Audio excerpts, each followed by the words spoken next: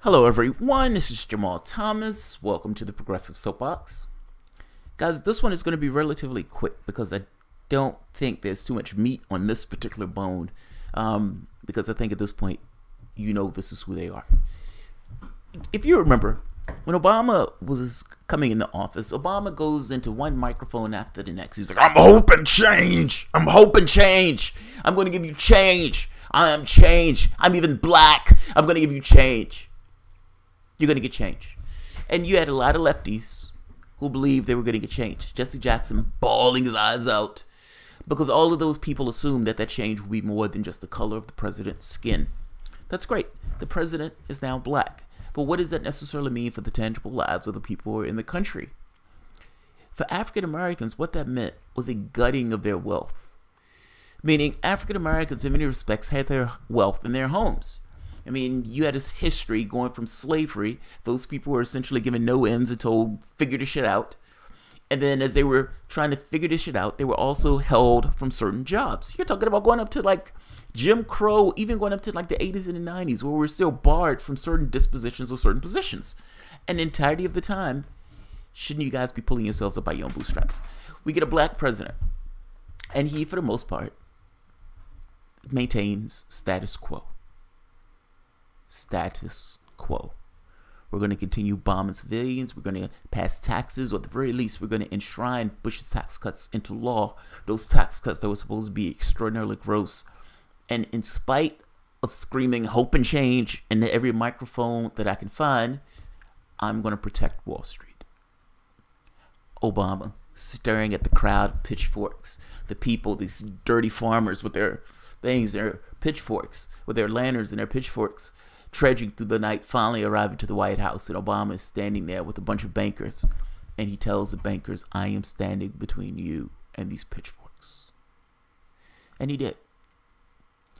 He protected the bankers, and he let the homeowners go bust. There were other ways you could have handled that issue, but that was the way that Obama handled that issue because, let's be honest, you get $1 billion to run, who do you represent? If you can kind of create this facade that you're actually doing something representing the public itself, then maybe you don't have to do anything to represent the public itself as long as you can keep the image up that you're doing something in this way. Look, my point in this is, during the time of Obama's campaign, before we even knew anything about it, Citigroup had chosen the members of that particular people, the people who were going to be in his administration. This idea that a Democratic president was going to do something about Wall Street is laughable. And what you find, or do something significant, let's say it that way, do something significant about Wall Street in order to corral the excesses and the greed, was laughable. Nobody went to prison. We come today, this current iteration of our political space, and what do we have? We have Democrats screaming that they're the resistance. We're the resistance! We're protecting the world against Donald Trump. And yet, those Democrats, during the time of the Senate, went in, essentially assisted in the Senate and now in the House, helping a bill pass that deregulates Dodd-Frank. The tepid changes that went to try to corral Wall Street gets corralled.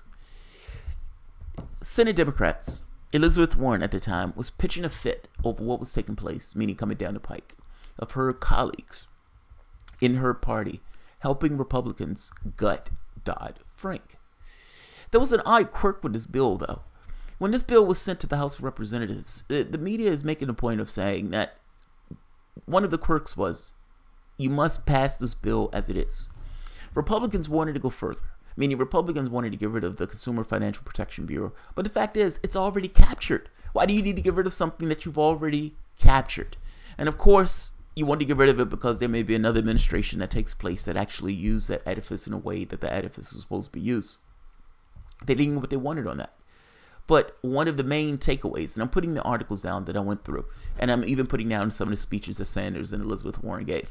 But one of the main takeaways, the economy went belly up. The banks crashed because of their fraudulent actions on Wall Street, and they couldn't pay their bets.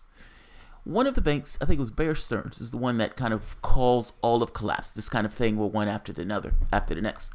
One of the revisions that's in this bill is rolling back the regulatory authority, meaning Under normal circumstances, under Dodd-Frank, I think it was up to $250 billion. The banks with assets of $250 billion automatically came under regulatory sight, supervision. Not so much now. That number has been rolled back to $50 billion. The wild and crazy and obscene part about this is that this would not have even caught Bear Stearns, meaning the original bank that incited all of this, the collapse, would not have been caught under the regulatory guidelines that they're trying to enact in place. Donald Trump is going to sign this before Memorial Day. There were 33 Democrats that assisted Republicans in making this work. That's in the Senate. How many in the House? I don't remember how many in the House. I think it was, I'm sorry, I may be getting this backwards. But I think there were 33 Democrats that helped this get passed. It's either the Senate or the House. I may be talking about the Senate. But either way, you had a bipartisan effort of Democrats and Republicans. There were more Democrats that were against it. That's true. But at the end of the day, you still had a bipartisan effort between Democrats and Republicans to essentially roll back legislation protecting the banks.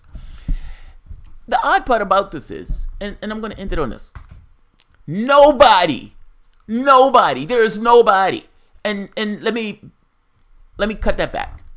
There is a guy, there may be two guys, there may be some owners of banks that say, oh God, we have it rough. It's so hard on us. It's hard out there for a banker. It's hard out there for a banker.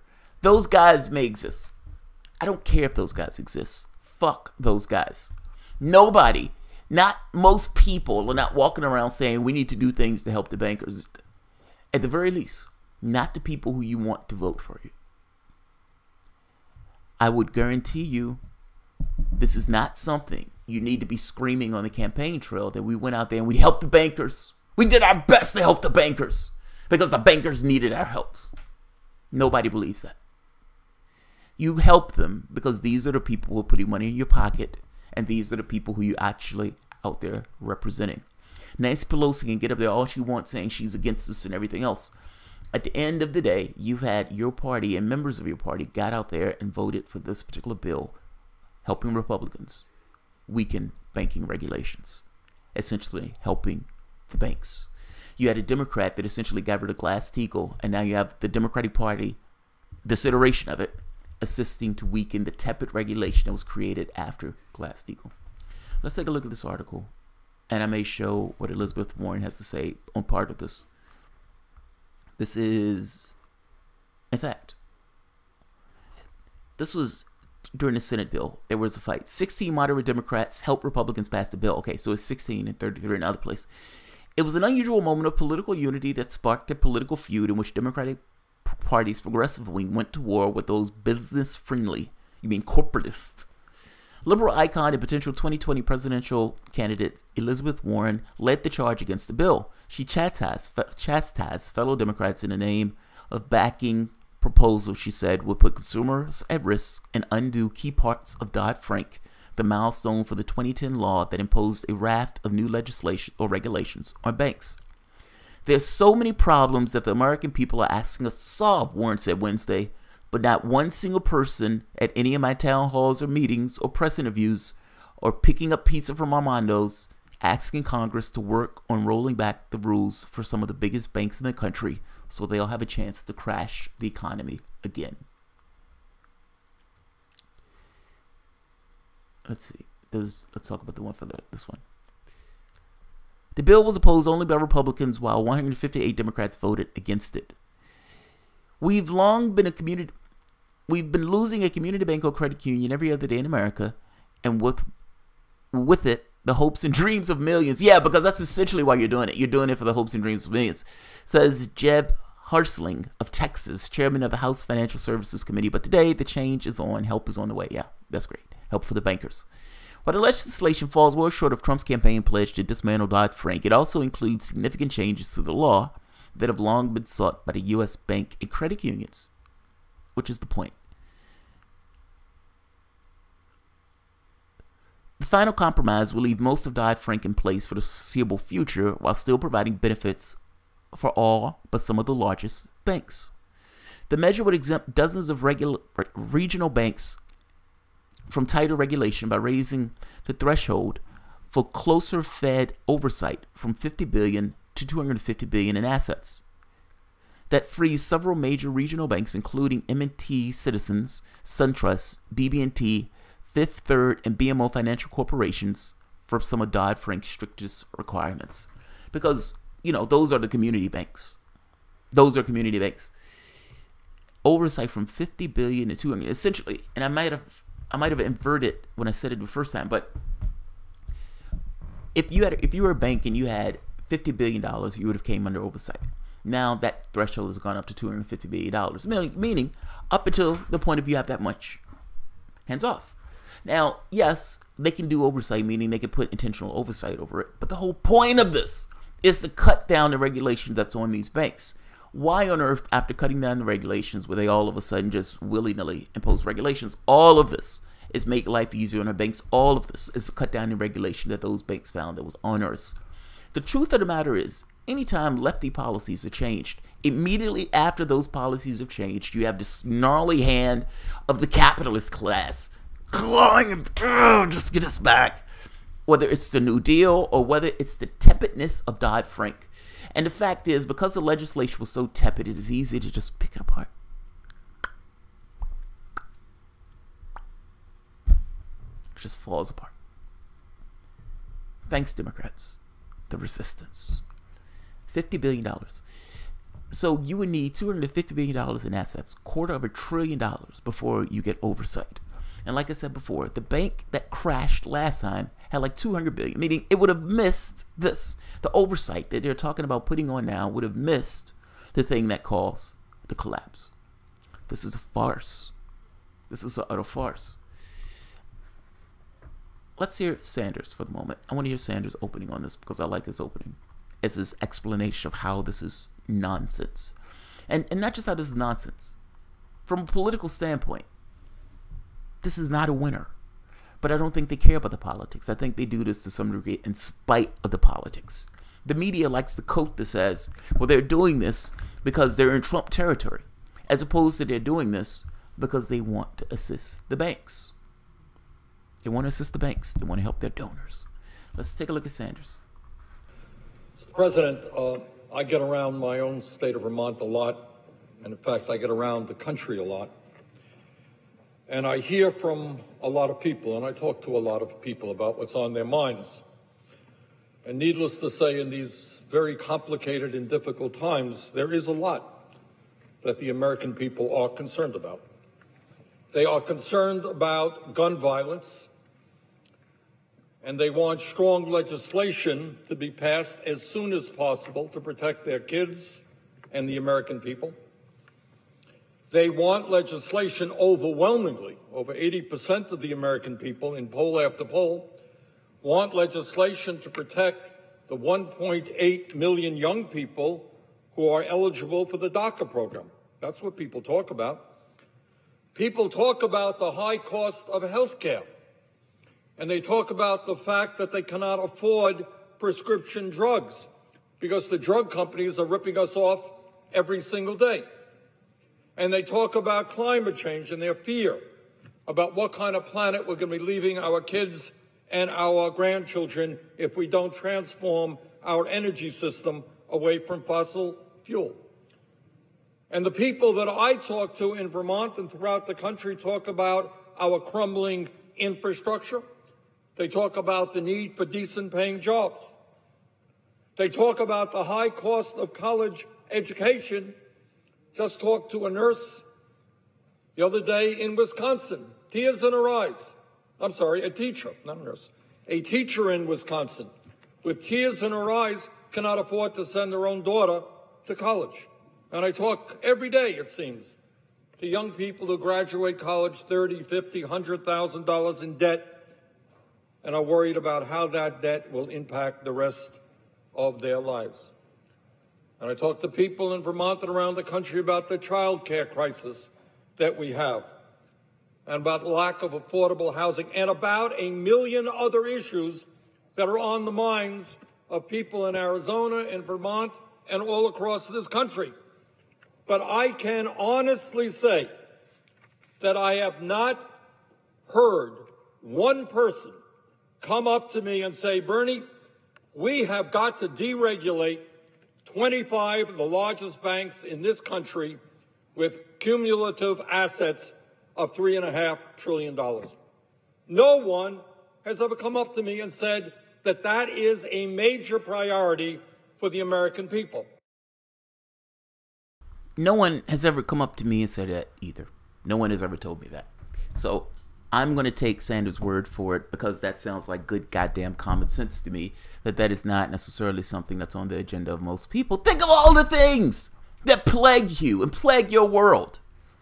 And what these guys are out there, what I would say is somewhat of an honest portrayal of their values, and an honest portrayal of what they believe in, and this honest thing of there are not two parties that believe in different things. They're fundamentally the same party that kind of work in tandem with each other. That's what I think, because that's what it looks like. Resistance my ass.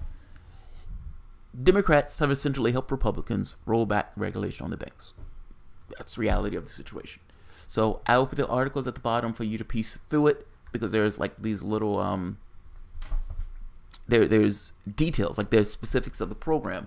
But at the end of the day, they're deregulating Wall Street further.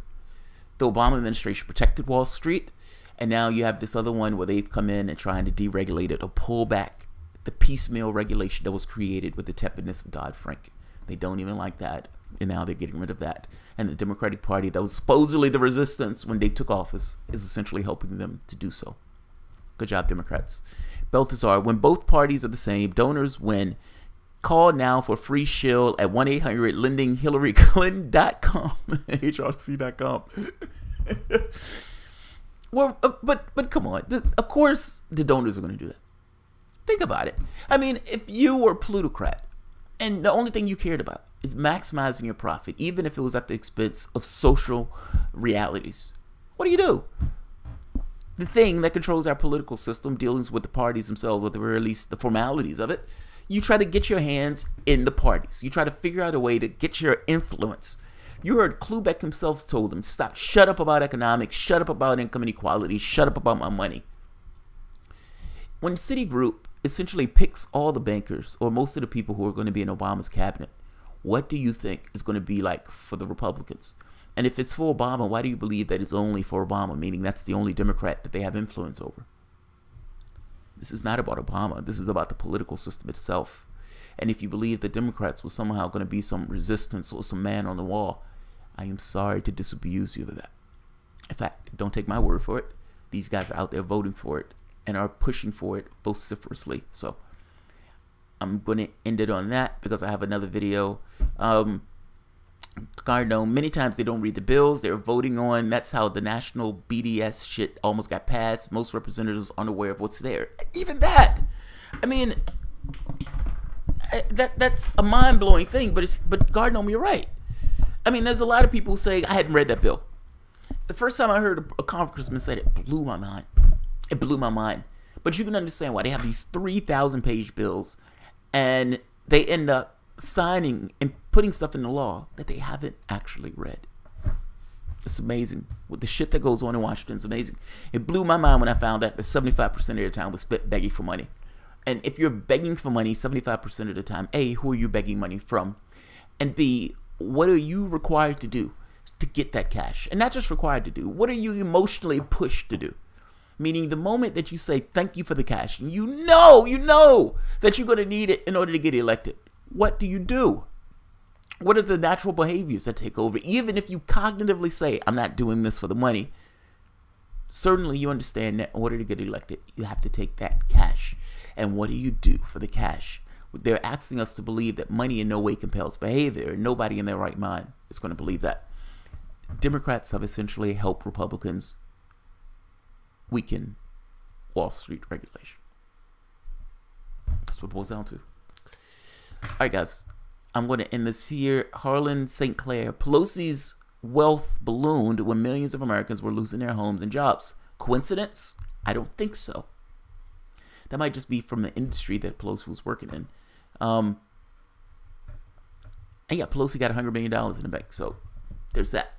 These people are somewhat insulated from the problems that affect us. Like, think about this. A person with $100 million in the bank looking at the public saying, I understand what people are going through on a daily basis in America. And we are somehow going to fashion legislation that assists those people, even though when we had the opportunity to do it before, we didn't do that. They're getting their opportunity now to assist Republicans in deregulating Wall Street. It's only, how long did it take for them to get rid of the New Deal? And which gives you this kind of enduring legacy of that particular legislation versus the tepidness of Dodd-Frank. One presidency. One presidency. All right, I'll end this here. I'll see you guys in probably 30 minutes or so. I'm going to talk to my wife for a bit, but I'll see you guys in a few. Thanks, everyone.